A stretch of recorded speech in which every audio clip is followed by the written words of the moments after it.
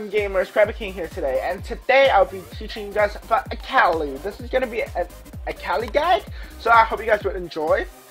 So let's just go to the next slide. So, roles. She could be either played in the top lane, mid, and jungle. Those will be the roles I will be focusing on, but she could also play in the AD carry role. I played that before, and it was pretty fun. So she's an assassin. So her primary role and secondary role is an assassin.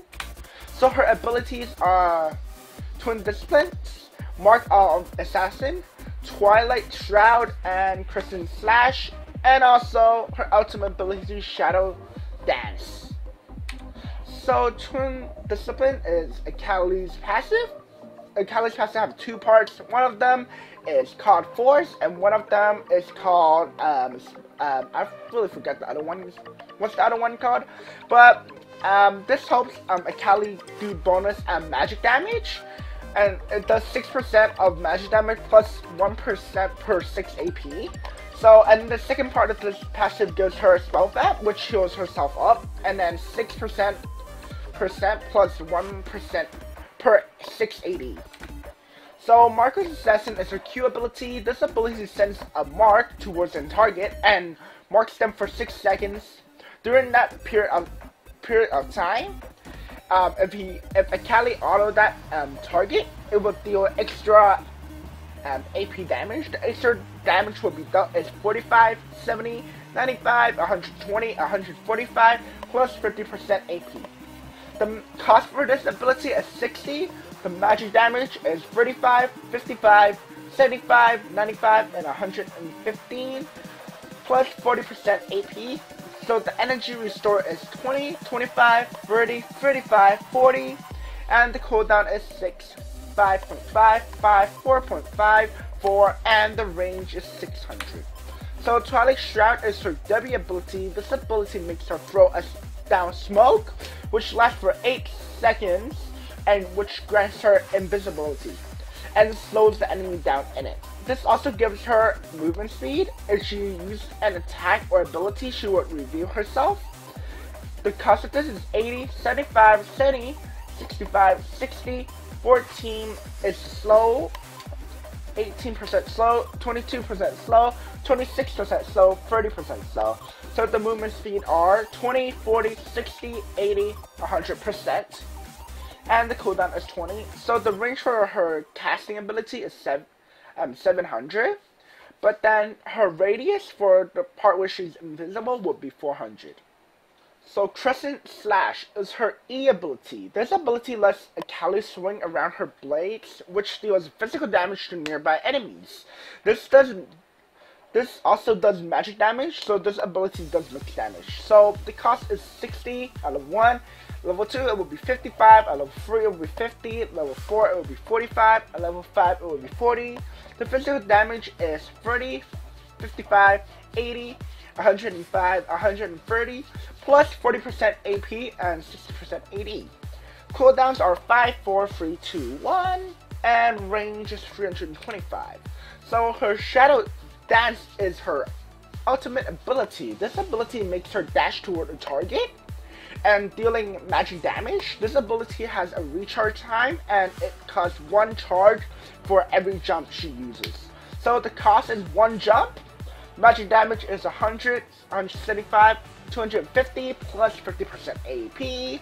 The recharge time is 30, 22.5, 15, and the cooldown are as following to 1.5 and 1.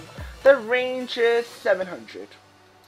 So her pros is that she has insane burst damage, great mobility, no mana, snowball relief wall, and low cooldowns. So her cons are pink wards, weeping lands. Those reveal her, which just give her a bad time. She is also squishy, hard early game, and early energy cost, especially in the late game, might be a bad thing because when you spam your abilities. So hard early game is because she is really bad before 6. So top and mid, the spells I would pick would be Teleport, Ignite, and Flash. Pick either 2 of them. Flash isn't necessary. Ignite and Teleport, you guys can pick between them. What I will max is E, Q, R, W. I know you guys will be, what? Why E? Why not Q? E, even though you guys might think E doesn't have enough burst damage, if you have the max cooldown of E, which is 1 second, you will be pressing that button like insane, and you will have more damage that way. Even though your Q does more burst and you hit the auto attack target, well, you won't always auto attack won't always get in range to auto attack the target. So that's one thing. So before people, I will understand why you will max Q, because Q was actually a really good max before, but now it's not that good because her Q could get popped by her ult and also his E ability. So that was really good back then, but now his Q can't be popped. It has to be popped by auto attacks. So the items, those are the items. Gunblade is the must item, and then Hourglass, Death Cab, Voice Staff, GA, and then the boots. The mastery I would go for would be 23 and 7, and the runes I just go for standard AP runes. So laning. When laning, remember that you are super weak before 6, so try to just farm with your E ability or your Q ability. When you hit 6 and get 3 charges on your Shadow Dance, this is time to abuse your enemy, and then you can also give yourself a lead. When you get a lead, try to snowball by ganking other lanes, but be careful if you are staying in lane. If you stay in lane, you might be camped by the enemy jungler, so remember it's a good thing to word. So the combo I would always use would be Shadow Dash to engage, Crescent Slash while throwing Mark of the Assassin, and just repeat this as it gives the burst to kill the enemy. And the cooldown for these are really low, so you can actually spam it. Why I would go in with Shadow Dash is because it has extra range. For jungling, my spells would be Smite and Flash. My order would still be the same, the maxing order. So jungling, I would get cooldown boots because I need the most cooldown of it. And then I would go for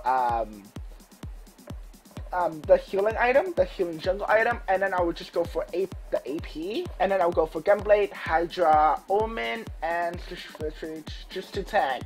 But sometimes you can change it up. You can just go full AP or full AD. It depends on what your team needs. So the masters I would go with would be 15-15. It's not really that common to use that, but I use it personally.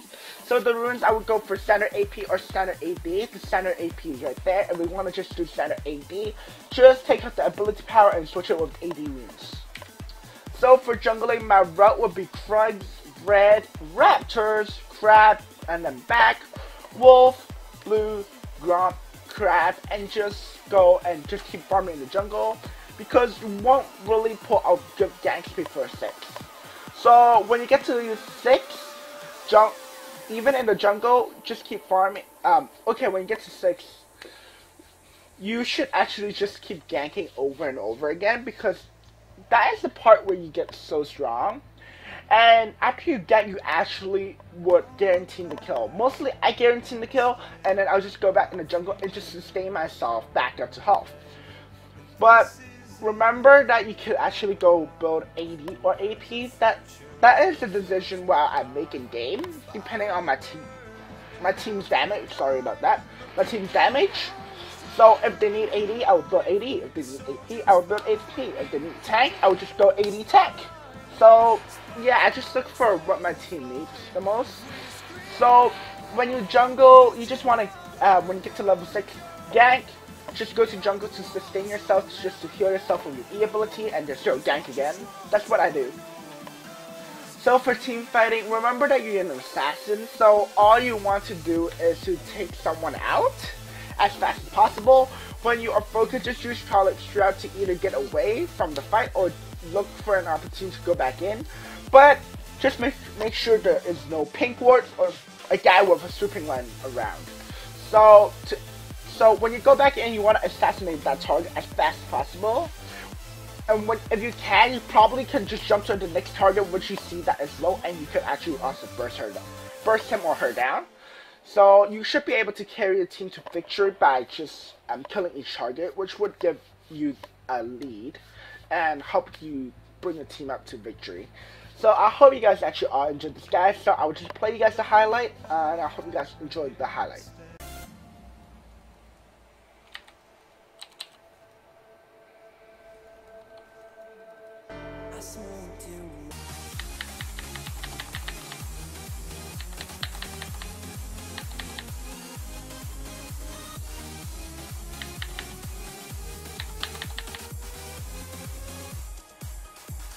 I can't wait for this, man. We'll take way too long.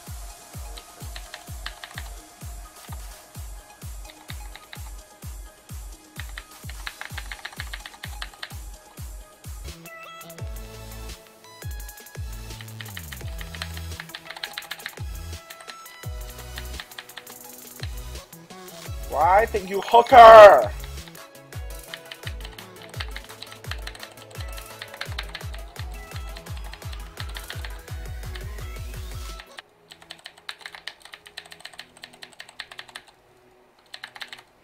You serious? My gunplay still didn't go.